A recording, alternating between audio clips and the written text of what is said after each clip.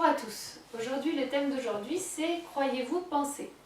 En effet, on peut se poser beaucoup de questions sur la pensée. Est-ce qu'on émet une pensée ou est-ce qu'on capte une pensée? Et du coup, je vais poser la question à Serge Bassineau qui va nous répondre de façon psy-éso. Et oui, la pensée, c'est un sacré thème, ça. Pensons-nous vraiment? Et qu'est-ce que penser?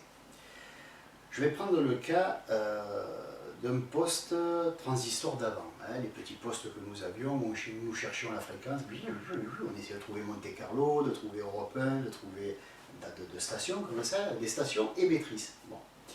Donc on va dire qu'un poste de radio, lui, il émet rien, il ne fait que retransmettre.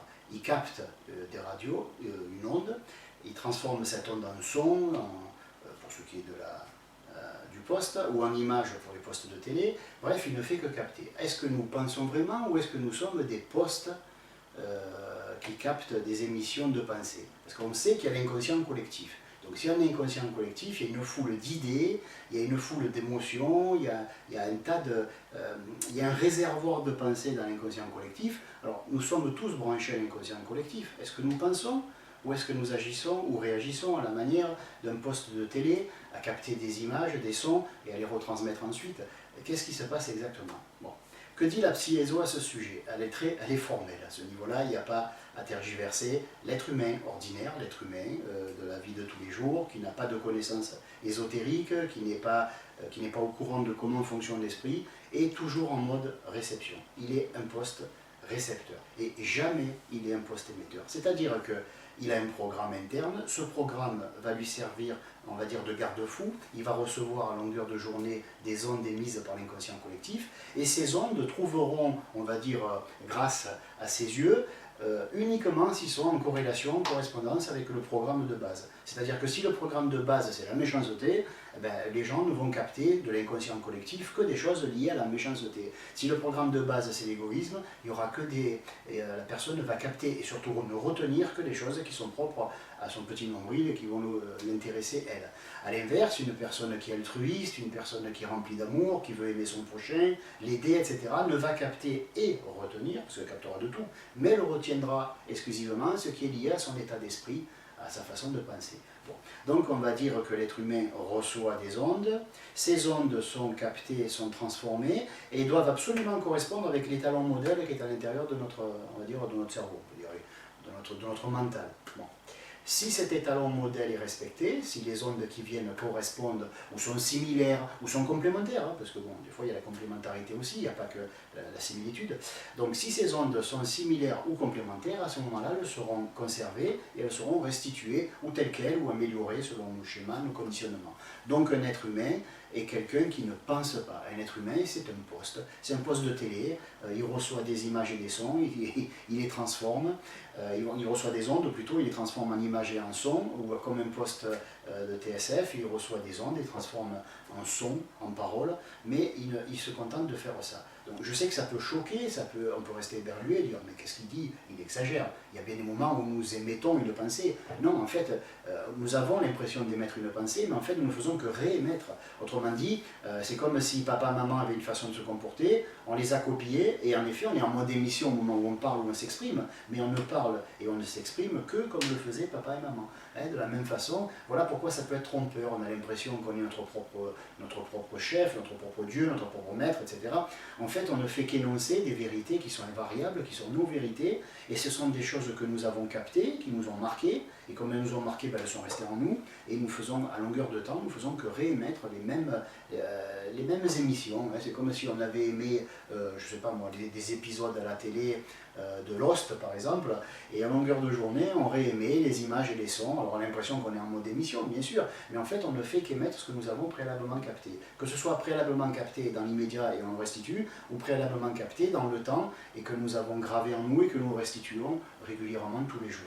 Voilà. Donc un être humain ordinaire, encore une fois, n'est jamais en mode émission, il est toujours en mode réception.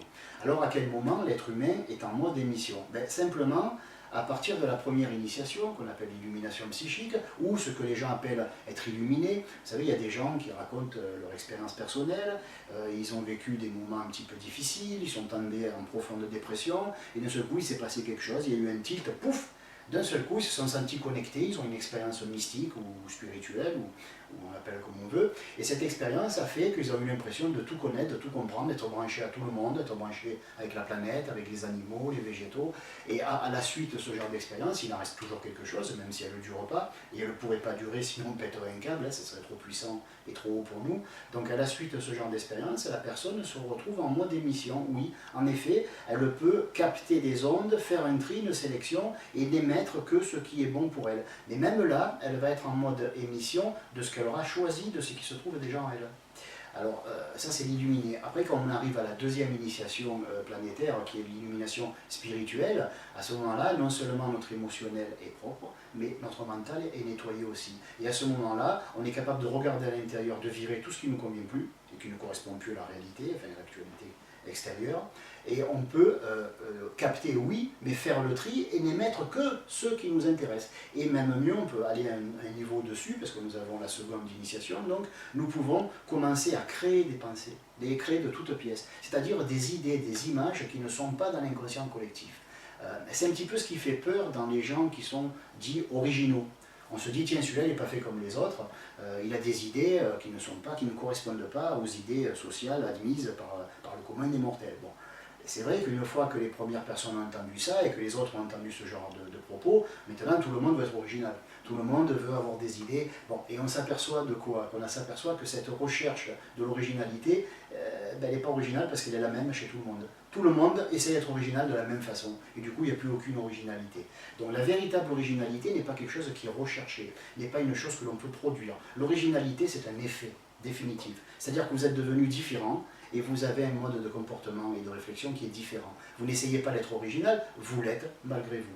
Voilà. Donc, je répète, l'être humain ordinaire n'est jamais en mode émission, il est toujours en mode réception. L'être humain qui commence à avoir une illumination, il va être de temps en temps en mode émission, mais il sera surtout capable de faire le tri. C'est comme s'il rentrait dans un magasin, et au lieu qu'il y ait de la bouffe, des légumes, tout ça, ben, il y aura des pensées. Et la personne qui a été illuminée est capable de rentrer dans le supermarché spirituel de la conscience planétaire et ne choisir que ce qui l'arrange, que ce qui lui plaît. Mais là encore, c'est un choix parmi des rayons préexistants. Il n'invente pas les nouveaux rayons avec des nouveaux articles. Il prend les articles qui lui conviennent. C'est déjà beaucoup, déjà pas mal. Après, il y a la deuxième initiation, l'illumination spirituelle, qui permet à la personne d'avoir et l'esprit et le cœur de libre et de nettoyer. Et à ce moment-là, cette personne-là devient son propre créateur de vie, son propre créateur d'expérience. Et c'est cette personne qui ne décide pas d'être originale, mais qui le devient nécessairement parce qu'elle n'arrive plus à penser comme les autres. Non seulement elle est quasiment plus en mode réception, mais elle est tout le temps en mode émission. Et ce qu'elle émet est original dans le sens de qu'il n'y a pas d'antériorité. La personne va être un créateur de religion, par exemple, va inventer une méthode, va être un grand scientifique, Beaucoup de gens sont des illuminés, ils ne le savent pas. Pourquoi ils ne le savent pas? Parce que comme ils n'ont pas de recherche spirituelle, ils n'ont aucun moyen de dire « Tiens, ça correspond à ce que racontent les anciens mystiques ou les anciens ésotéristes d'avant ». Ce sont des gens qui sont des génies dans leur domaine, et ces génies-là sont capables d'être des chefs de file parce qu'ils ont créé quelque chose. Ils peuvent avoir même la deuxième illumination, mais ne pas en être conscients, et empêcher même les autres de le comprendre, qui sont illuminés, du fait que n'ayant pas de recherche spirituelle, et peut-être que leur soi ne voulait pas qu'ils en aient, après tout, n'ayant pas de recherche spirituelle, on n'a aucun moyen de rattacher leur façon d'être au mot illumination, qui est propre à l'ésotérisme et à la spiritualité. Voilà en gros. Alors si vous avez des questions sur le sujet, n'hésitez pas à nous les poser à l'adresse qui s'affiche en bas de l'écran. Merci, à bientôt.